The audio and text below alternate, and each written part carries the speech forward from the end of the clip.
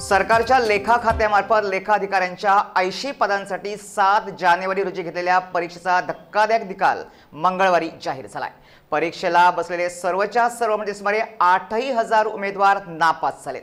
त्यामुळे या पदांसाठी पुन्हा जाहिरात करून परीक्षा घेण्याचा प्रस्ताव सरकार विचारात घेऊ शकतं अशी माहिती सूत्रांनी दिली आहे। सरकारच्या लेखा खात्यामार्फत लेखाधिकाऱ्यांच्या 80 पदांसाठी 7 जानेवारी 2018 रोजी परीक्षा घेण्यात आली होती। या परीक्षेची जाहिरात झाल्यानंतर तब्बल 15,293 अर्ज विक्रीला गेले होते, तर 10,712 जणांनी अर्ज सादर केले होते।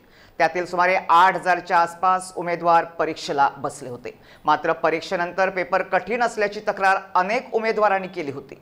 ही परीक्षा झाल्यानंतर 2 महिन्यात निकाल अपेक्षित होता, पण मुख्यमंत्री 3 महिने अमेरिकेत होते, त्यामुळे या परीक्षेचा निकाल जाहीर झाला नव्हता। अखेर 7 महिन्यानंतर लेखा खात्याच्या संचालकांनी मंगळवारी हा निकाल जाहीर केला।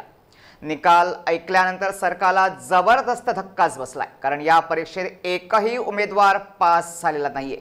म्हणजे जेवढे गुण मिळणं अपेक्षित होते तितके गुण एकाही उमेदवारानं प्राप्त केलेले नाहीयेत। त्यामुळे या पदांसाठी पुन्हा जाहिरात किंवा पुन्हा परीक्षा होऊ शकते।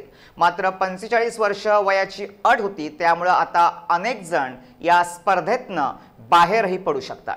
80 अकाउंटंटच्या पदांमध्ये 43 पदं सर्वसामान्य गटांसाठी, 21 ओबीसी, 9 एसटी, 2 एससी, दिव्यांग, स्वातंत्र्य सैनिकांची मुलं आणि माजी सैनिकांसाठी प्रत्येकी 1 पद होतं। यातील एकाही गटातील उमेदवार ही परीक्षा उत्तीर्ण होऊ शकलेला नाहीये।